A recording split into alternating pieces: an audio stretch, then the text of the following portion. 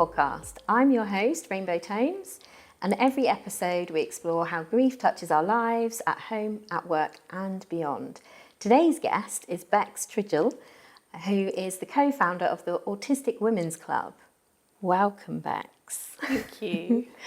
What brings you to this conversation today?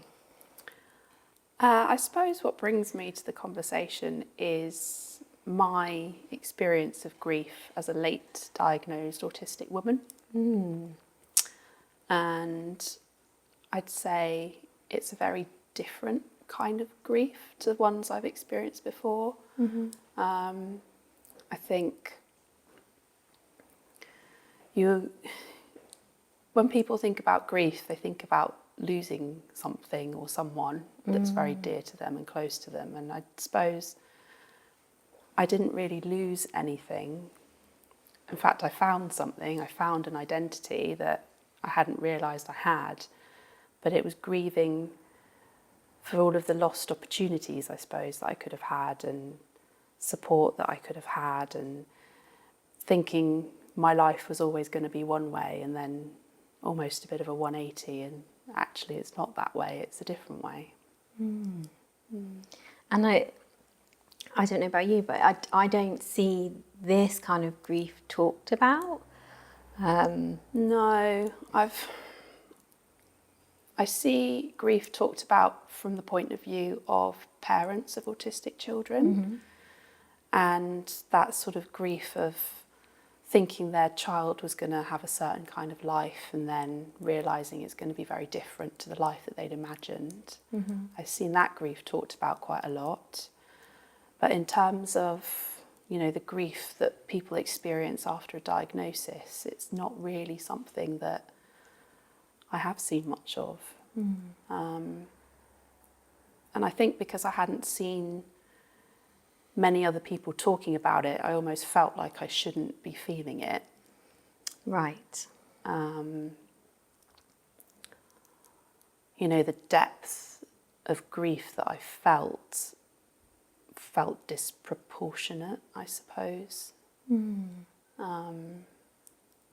think it's really common, this comparison in grief as well, this kind of comparing, and often there's like hierarchy as well. It's like, oh, this is worse or this. Yeah. And yet, we're talking about years of not knowing. And also the opportunities and the support. It's hard to quantify that.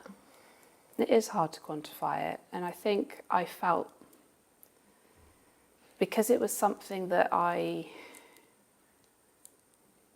not that I wanted, but I felt would explain a lot of my life, it was something that I felt should be more positive. So to have the reaction that I did have felt quite discombobulating, quite jarring, almost to the point where I started trying to convince myself that maybe I wasn't really autistic, if that was how I was feeling. Because surely, I should feel validated and happy that I've now got that understanding of myself. And those feelings were there, but they weren't at the forefront. It was much more sort of sadness and anger and almost disappointment, I think. Almost as if it had held me back in the past and it was going to hold me back in the future. Gosh, so thinking about so much, it's like looking back, looking forward, what might happen, and then it sounds like there was some joy or from that confirmation. Or was it joy or was it relief? Or? There was relief. I think my very first initial reaction, I think, was almost disbelief that I could have got to the age I'd got to without anybody having picked up on it or thinking maybe there was something a bit different about me. then there was relief because it explained so many questions that I'd had about myself. Yeah.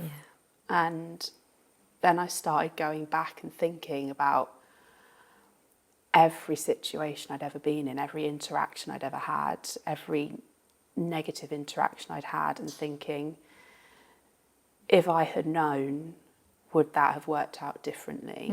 If other people had known, would my life have been different?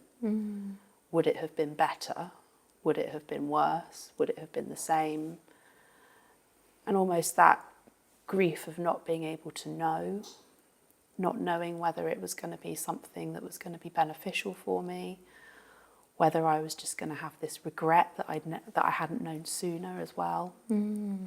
Gosh, so much going on for you at that time.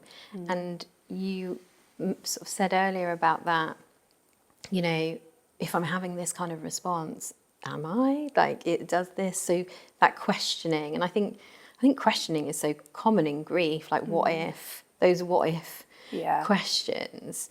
And I think a lot of people, I mean, that the diagnosis process itself is so challenging, and there can be that kind of imposter feelings, and then to still have those kind of feelings after, really difficult.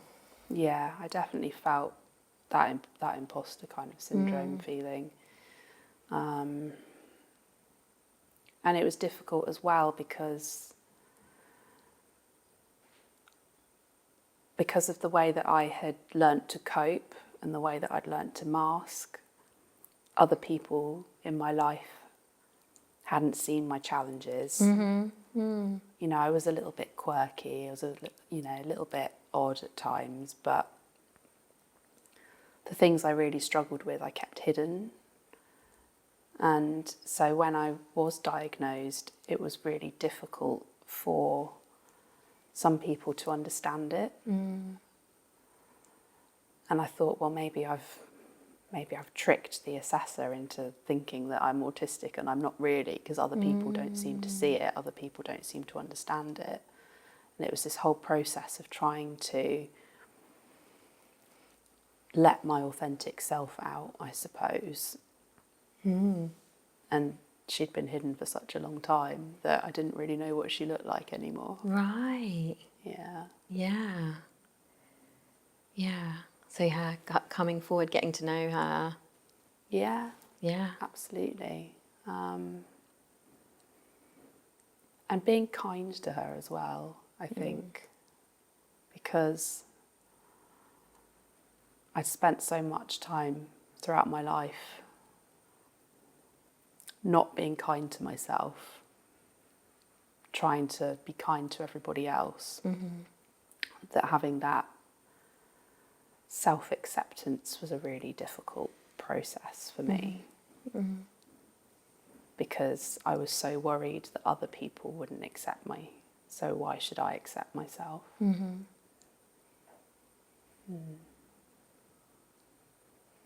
And what's this like for you now? How far in are you into this kind of getting to know yourself and living in this way? I'd say that I know myself much better, and I understand myself much better, and I'm much kinder to myself than I used to be. And I just take things on a sort of day-by-day basis. Depends on who I'm with, what situation I'm in. But if something affects me, then I'm more open about it now. I don't squash it and hide it. It might take me a while to be open about it, but I am open about it. And it's had a really positive impact on my life. What would you say that positive impact is? I think where I developed all of these different coping strategies, it was taking up an enormous amount of mental energy, and I was just exhausted all the time, to the point where I would sleep at the weekend for sort of 12 hours straight, And now I feel like I have more energy. I don't have to sleep for 12 hours at a time. Yeah. Obviously, it's still important for me to rest and recuperate, but I'm much better at managing it. I don't push myself. I'm not at the point of burnout as much as I used to be. I can't remember when I was at school, when I'd started sixth form, I was absolutely exhausted and I had to have about 2 weeks off school.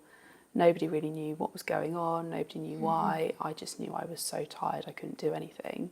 Now looking back, I can understand that it was burnout from all of the social interactions that I had being in sixth form, all of the new changes to routine, because it's a huge change going from, sort of being in just normal secondary school up into sixth form. It's a big transition, and looking back, it makes so much sense why I was so exhausted. But at the time, people just didn't really understand. They thought I was depressed. They thought I was, maybe it was chronic fatigue or something like that. Now I know it was burnout. So I can recognise when I'm starting to feel like that, and I can put processes in place to prevent me from getting to that stage again, which has had, a major impact on my well-being. Yeah. So that means that you're able to recognise how you're feeling and understand it. Does that help the people around you as well? Yeah, I try to be more vocal about how I'm feeling. I try and say, this is overwhelming for me, or I won't be able to stay for as long as you would like me to. I'll have to leave, or I need to step out and have a few minutes, things like that. And actually, people around me are pretty understanding of it now. It's taken a bit of work to get there, but... Yeah. And what's helped you with this grief, this, the conflicting emotions and feelings of that confirmation? What's been helping you with that? I think what's really helped me is connecting with other people who have had similar experiences to me. Because right at the beginning, I felt very, very alone. I felt very isolated. I felt like I was the only person that this had ever happened to, even though logically I knew that that wasn't the case. And I did a lot of research, looking into autism, particularly autism in women and people who are assigned female at birth, because the research has come on so much in the last sort of 5-10 years, and we now understand that autism presents itself really differently between genders. And a lot of the sort of common knowledge about autism is based on the male presentation. And I think that's why a lot of people in my life found it difficult to process the fact that I was autistic, because I didn't present in that way. And then I started to try and find sort of online communities, and it was difficult. There wasn't really much out there. So with my friend Mimi, we set up our own community, the Autistic Women's Club, and found people who had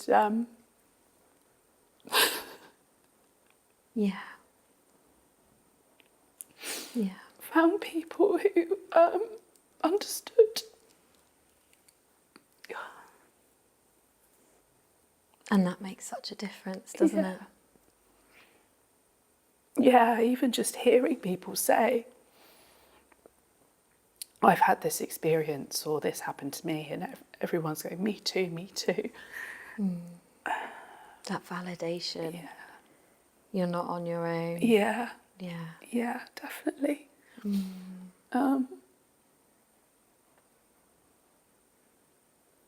And And I think I'm crying because of the relief of finding other people, but also sadness that we've had those experiences as well. Yeah. You know, people not believing you, or people telling you that you're just not trying hard enough.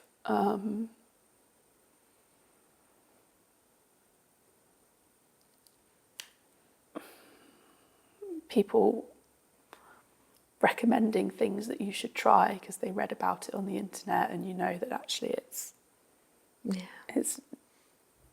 not going to help. Yeah, it's been about 18 months since we set it up, and just having that space where people feel they can be themselves and talk about things and know that they're going to be met with, you know, love and positivity and kindness is such a massive, massive thing. And you get so many people saying, you know, this is what I needed. I've been looking for this for a long time. Yeah. And yeah, it's been so helpful for me. So helpful, definitely. Yeah. Yeah. Isn't that great? You knew that there was something that you needed, and that you weren't alone in that. Yeah. And then you and Mimi yeah. have then created this together. Yeah. And it's hard to hear those stories, like the other people's experiences. Yeah, it is. But also so rewarding and validating at the same time. Absolutely, yeah. Because I think I've never been in a room with so many people who I could relate to so much. Like, obviously, I can relate to other people about certain things. You know, we all have experiences in common with other people, but the extent to which our experiences have been so similar it was quite startling at first, because as I said, originally I felt very isolated and alone in what I had experienced, but then to hear other people saying, you know, talking about what they've experienced, it's sad, but it's comforting at the same time. It can be almost like they're speaking your experience. It's like that. Yeah. Yeah, and it's strange because I think before, when I've tried to explain to people who aren't autistic and haven't got a very rounded knowledge of autism, when I've tried to explain things to them, they haven't quite got it. They've tried, and it's not their fault, and I don't blame them, but they haven't quite got it, or they've wanted to try and make me feel better. Or say, oh, everyone feels like that, or, you know.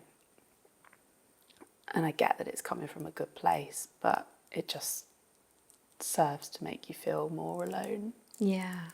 So to be with people who actually really understand, and you know they understand, they're not just saying it, it's a revelation, really. Yeah. And so you're nurturing this group, you're listening to this group, you're part of the group, but you're leading it. It's yeah. It's really cool. It is cool. I sometimes have to sort of stop and think, yeah, I've done that. That's right.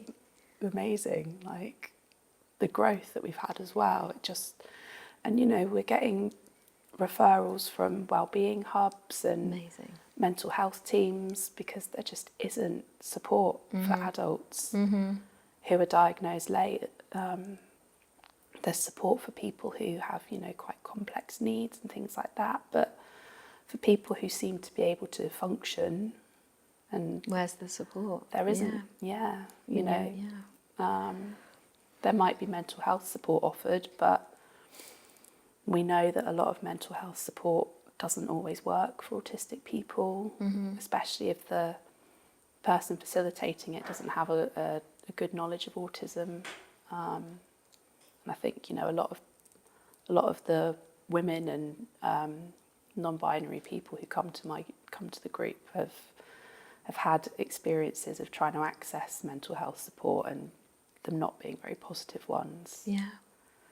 So having somewhere to go. Yeah. That's safe. Yeah. To share, to be together. Yeah. That's amazing. Yeah. And I'm just wondering, I know you do a lot of work in terms of like with businesses and helping and supporting and educating. And I think sometimes organisations can get overwhelmed with like, oh gosh, this is another thing to remember. So what do you think they could do so if they had an employee that was going through diagnosis or post-diagnosis, what would be your kind of, and I know everyone is different, right? But what do you think could be some good steps for them to follow? I think be curious and listen. Don't try and put your understanding of whatever someone's condition is on them, because like you said, everyone's individual. We all have our own individual experiences. So yeah, listen to what that person is telling you and validate it. Like, I know within my workplace, you know, people talk a lot about reasonable adjustments and things like that. Actually, the biggest reasonable adjustment you can make is for me to feel safe to be myself.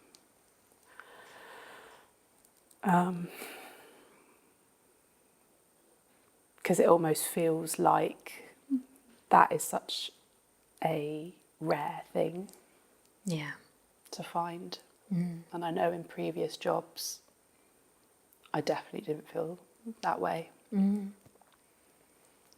So creating those conditions, creating the safety for people to talk about how they're feeling, free from judgment, to be accepted, to be validated. Yeah, absolutely.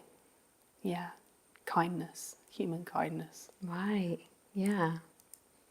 Yeah. Wow, I think that's a really cool way for us to finish. And it's been so amazing to have you here to talk about such an important subject that I know will help so many people. And your group is just, I can just see it growing. There's just such a need for it. So I'm excited to see how that goes. So thank you for coming along. Thank you for having me. Thank you.